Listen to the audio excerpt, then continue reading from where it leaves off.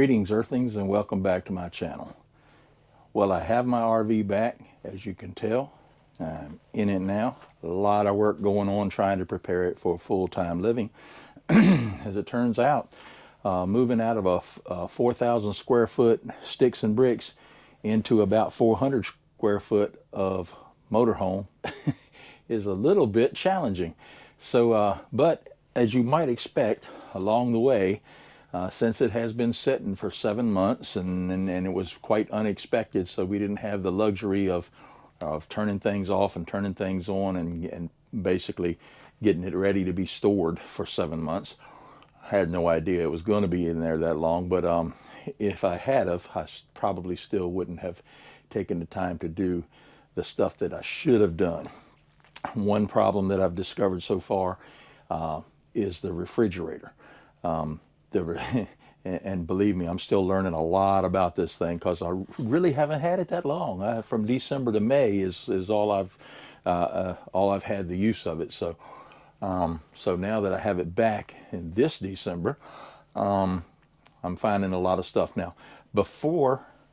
Shortly before May, I think in April of last year, I had a problem. The ice maker didn't work in the refrigerator. So I went through some troubleshooting, discovered that the ice maker was just not getting any power. The motor wasn't turning on the inside. So I went and got another ice maker. They're relatively easy to install.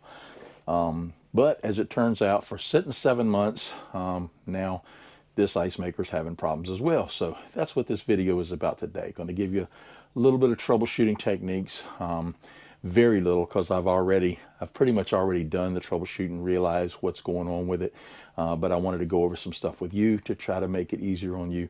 Should you find yourself with one of these refrigerators, I believe this one is a Samsung model. It's the French door with the freezer on the bottom. Has the ice maker, excuse me. Ice maker is here in the door. It says Space Ice Maker.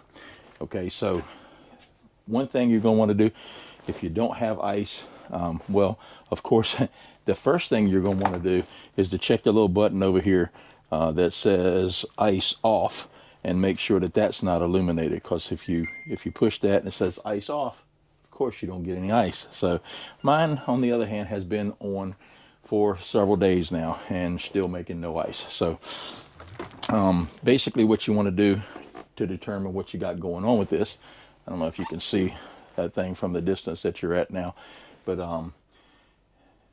in fact, let me reposition you a little bit. And well, I don't know if I can reposition you because you're right now on an electric charger.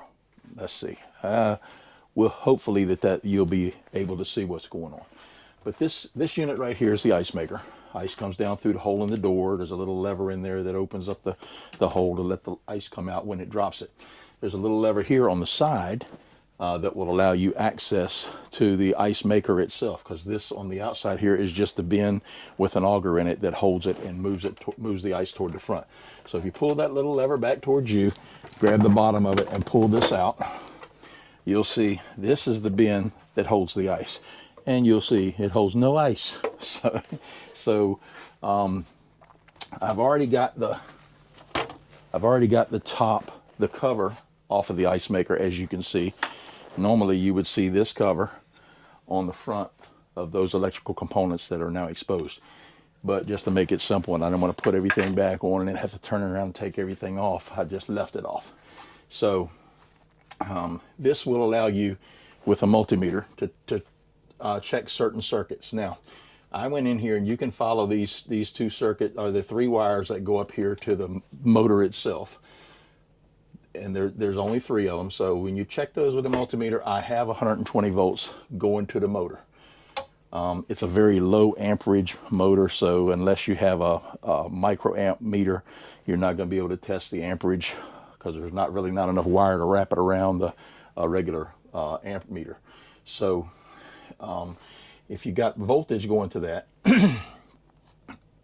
usually you can feel it if it's turning. Right now mine doesn't feel like it's turning, but who knows, this thing got all kind of issues. But this one, along the lines, there's also another power button in here. It's right on the side right here, and it's very difficult to see. If you shine a flashlight back in there, you can kind of see it. But it's a little plastic button that's right here on the side, and if you hold that button, you'll hear a tone. Now that high and then low means that I've just turned it off. When you turn it on, you'll hear a low and then high as far as tones of the beep. So let's see if we can turn it back on.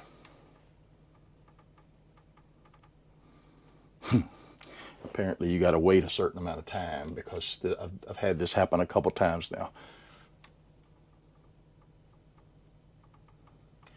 Okay, so we'll turn it back on later. But so basically what this one is doing after I got it turned on, all right, that's the chime letting me know the door is open. So after I got it turned back on and checked everything out, manipulated a couple wires in here, then I was able to determine, well, I was actually able to hear the water come on and fill the ice maker. So at that point I was like, oh, great. It was just a loose wire somewhere.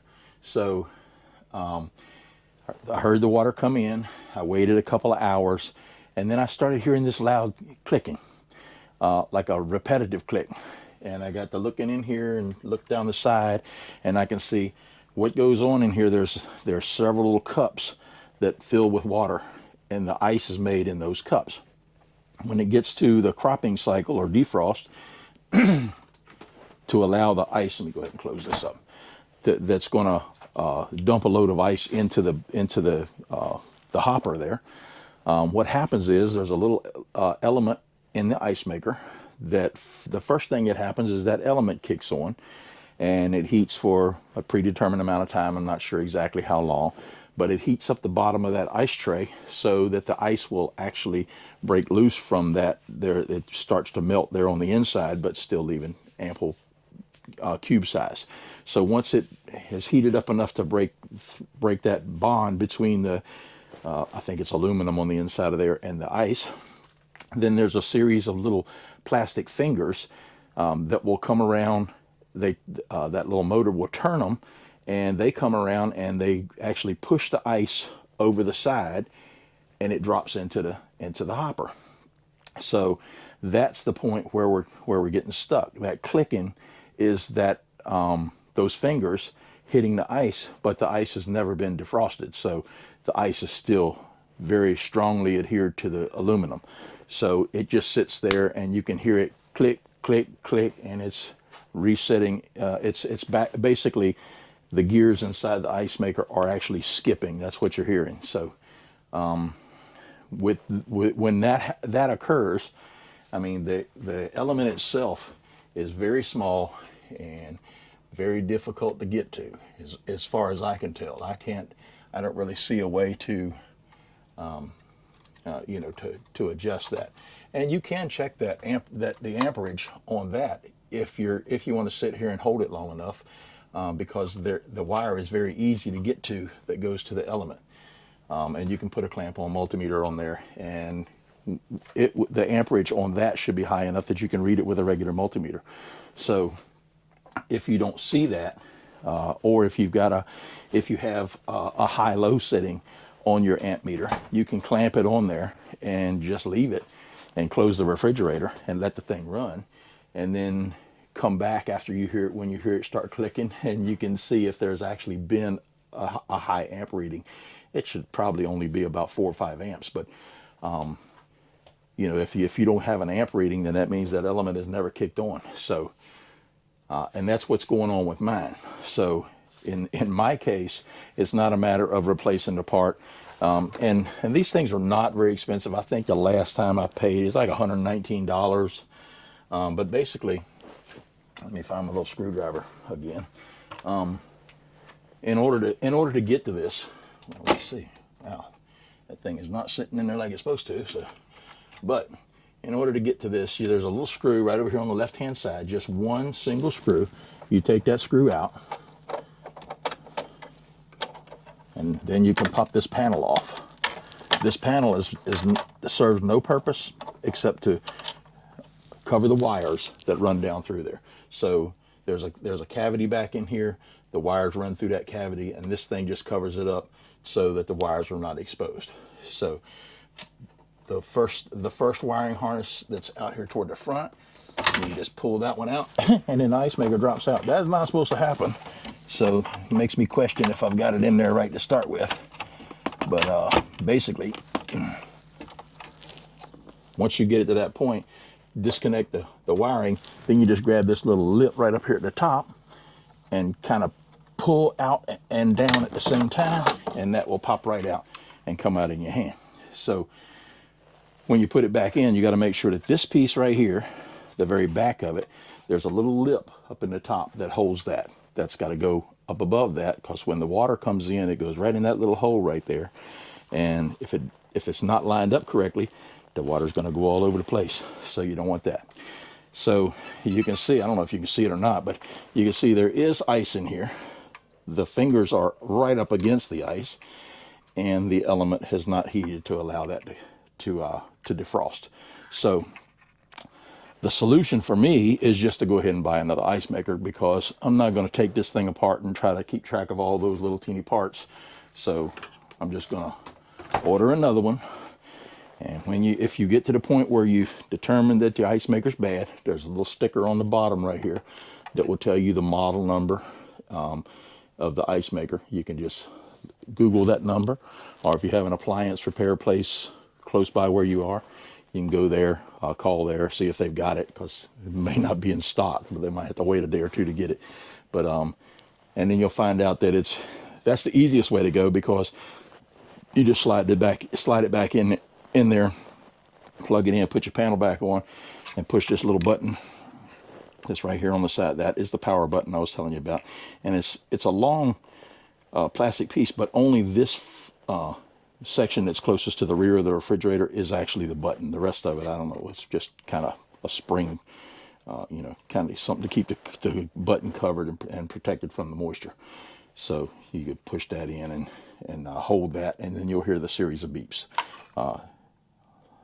Low and high means it's low, then high means it's you're turning it on. High then low means you've just turned it off. So that pretty much covers what we can cover today. Maybe I'll finish this up once I get the new ice maker, but like you've seen, it's just a matter of sliding it in until it snaps into place, plugging it in, putting the cover back on, and pushing that button to turn it on. So basically, just to show you how this works, normally when this motor turns all the time, and when it gets to a point where it needs to check and see if it needs to dump the ice, this little arm right here on the side will come down, and you'll see if you're watching it, when it goes through this little arm will drop down, and if it doesn't drop down to a certain point, if it stops on ice, then it knows not to drop more ice. So it'll just continue to cycle, and it'll check it again the next time around. It will not dump the ice until it gets to the point where this goes all the way down and sees that there's no ice there, and then it knows to start the defrost cycle. All right, so that's it for right now, and hopefully we'll get back once I get the new ice maker, and we might actually be at the campground by then, so it might take me a little while to get that. So once I get that, I'll try to add that onto this video, and we'll just hold off on putting it all together and uploading it all at the same time. So if you found this content at all interesting, I'm gonna have periodic things like this as I run across problems with the RV, and from what I understand, these things are no problem at all. You just drive for years and years and years, and you never have any problems. Right? Okay. So should those problems arise, I'm going to try to do my best to remember to video the event, because I'm a pretty handy guy. I've been doing service work for over 42 years, so I haven't met an appliance yet that I couldn't tackle. So periodically there's going to be some aqua hot boiler events that take place. Some I should have videoed the sanitizing the tank the other day, but I think all the cussing that was going on would have probably not been fit for YouTube, because that was a pain in the butt. So but I figured out a better way to do that too. So next time we do that, there'll be a video and show you the easy way to sanitize a tank. So but If you found this at all interesting, hit that like and subscribe button. The more people we got watching, the better I feel. And and if YouTube finally gets to where they're feeling good about it, they might send the brother a little cash. So who knows? But in the meantime, remember, while camping, take only photos, leave only footprints. We'll see you next time. Well, color me embarrassed. I said that I would get better at this video stuff as we go along, but I spent the last 6 minutes putting in my new ice maker and forgot to push the play button on the camera. If that don't beat everything. So you have to take my word for it. It went along smooth as silk. It's basically take that one screw out of the side, pull that little tray off to the side, pull your ice maker down, unplug your wire, take the new one, do that exact thing in reverse, plug it back in, put your screw back in, and turn the power button on, and that's it. My goodness. One of these days, I'm going to get the whole process down and produce a good quality video. But in the meantime, I appreciate y'all taking the time to watch this garbage, and hopefully it'll get better in the long run. But remember, when camping, take only photos, leave only footprints. We'll see you next time.